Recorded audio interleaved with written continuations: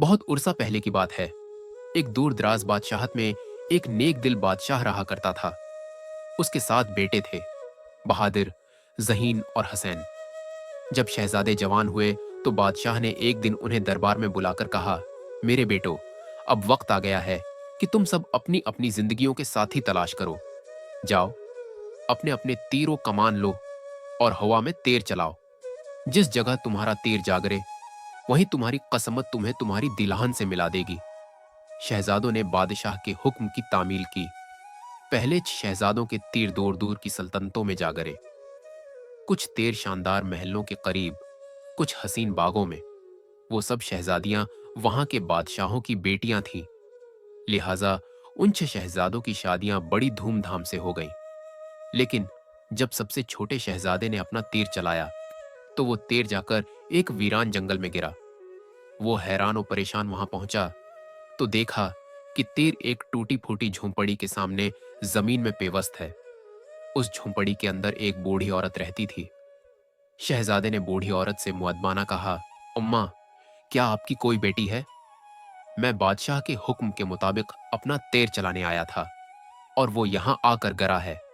बूढ़ी औरत ने खानिसते हुए जवाब दिया, मेरे पास कोई बेटी नहीं, मगर एक बंदरिया है जो मेरे साथ रहती है। शहजादे का चेहरा उतर गया। बंदरिया? उसने हैरत से कहा। बूढ़ी औरत ने सर हिलाते हुए जवाब दिया, हाँ, अगर किस्मत ने तेरा तीर यहां गिराया है तो शायद यही तेरी तकदीर है। शहजादे ने दिल ही दिल में अफसोस किया, मगर बादशाह के हुक्म के आगे खामोश रहा। यूं उसकी शादी उस बंदरिया से कर दी गई। कुछ महीने बीत गए। बादशाह अब ज़ईफ हो चुका था। उसने सोचा, अब वक्त आ गया है कि मैं अपने बेटों में से किसी एक को जानशीन बना दूं। लेकिन बादशाह आदिल था। उसने फैसला किया कि यह इंतखाब सिर्फ आजमाइश से होगा। बादशाह ने ऐलान किया, मैं अपने बेटों को 3 इम्तिहान दूंगा। जो इनमें सबसे बेहतर साबित हुआ वही तख्त व ताज का वारिस बनेगा। पहला इम्तिहान यह था, हर शहजादा अपनी बीवी के हाथ का बना हुआ एक ऐसा कपड़ा पेश करे जो दुनिया में सबसे खूबसूरत हो, ऐसा कि पहले कभी ना देखा गया हो। 6 बड़े शहजादे पुरामीद थे। उनकी बीवियां शहजादियां थीं, जिनके पास नफीस कपड़े और बेहतरीन दर्जी मौजूद थे। मगर छोटा शहजादा मायूस था। वो महल के कमरे में जाकर पलंग पर गिर गया और चीखने लगा, मैं बर्बाद हो गया। मेरी बीवी तो एक बंदरिया है, वो क्या कपड़ा बनाएगी? बंदरिया उसके करीब आई और नरमी से बोली, मेरे शहजादे, तुम क्यों परेशान हो? बताओ तो सही, क्या बात है? शहजादा झंझलाकर बोला, मुझे अकेला छोड़ दो। तुम एक बेकार और बदसूरत मखलूक हो। तुम्हारी वजह से मैं कभी बादशाह नहीं बन सकूंगा। बंदरिया खामोश रही।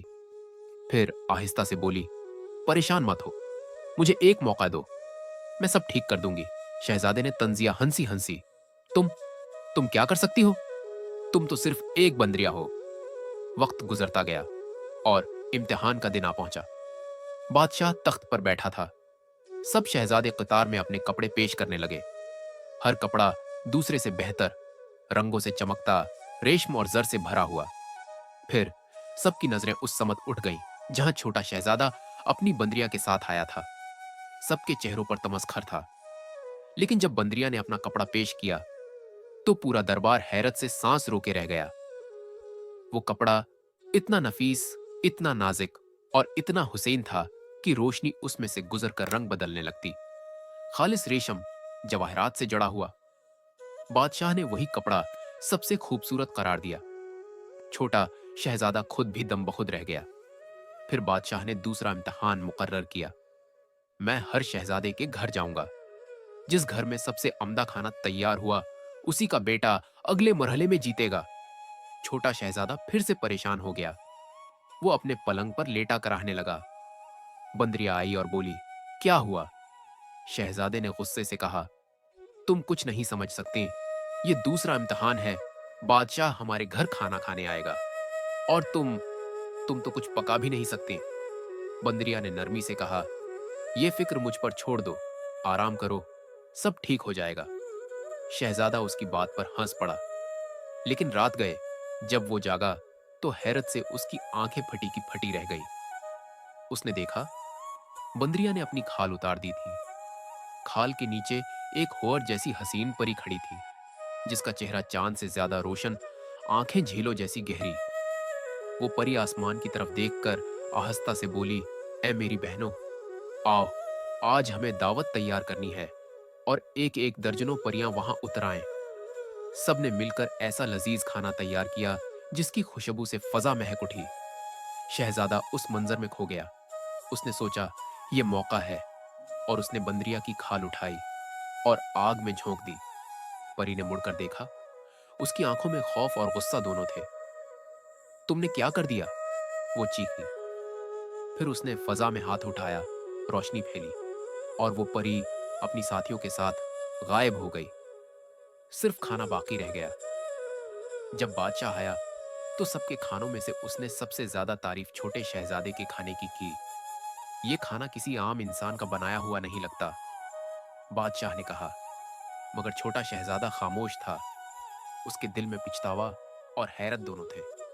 अगले दिन उसने परी की तलाश शुरू की। वो फिर उस जंगल में पहुंचा, उस झोंपड़ी के पास जहां सब कुछ शुरू हुआ था।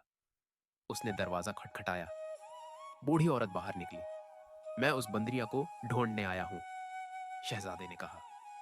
बूढ़ी औरत ने सर्द आवाज में जवाब दिया, वो कभी वापस नहीं आएगी। वो अब कभी परी नहीं बनेगी। शहजादा तेश में आ गया। तो ये सब तुम्हारा क्या धरा है? उसने तलवार निकाली और बूढ़ी औरत को कत्ल कर दिया। अचानक फजा में एक तेज रोशनी फैली। शहजादा आंखों को ढांप कर खड़ा रह गया। जब रोशनी मांद पड़ी तो उसके सामने वही परी खड़ी थी, हसीन, चमकती हुई। वो बोली, ये जादूगरनी थी जिसने मुझ पर यह जादू किया था। तुम्हारे अमल ने मुझे आजाद कर दिया। शहजादे की आंखों से आंसू बह निकले। मुझे माफ कर दो, परी मुस्कुराई। तुम्हारी मोहब्बत ने मुझे आजाद किया। बादशाह के तीसरे और आखिरी इम्तिहान का दिन आन पहुंचा। अब सब शहजादे अपनी बीवियों के साथ दरबार में आए। मैं खुद फैसला करूंगा कि सबसे हुसैन कौन है। जब छोटा शहजादा अपनी पुरी के साथ दरबार में दाखिल हुआ तो सबकी नजरें उन पर जम गई। दूसरी शहजादियां शर्मिंदा होकर नजरें झुका लें। परी की खूबसूरती ऐसी थी कि दरबार की रोशनी मद्धम लगने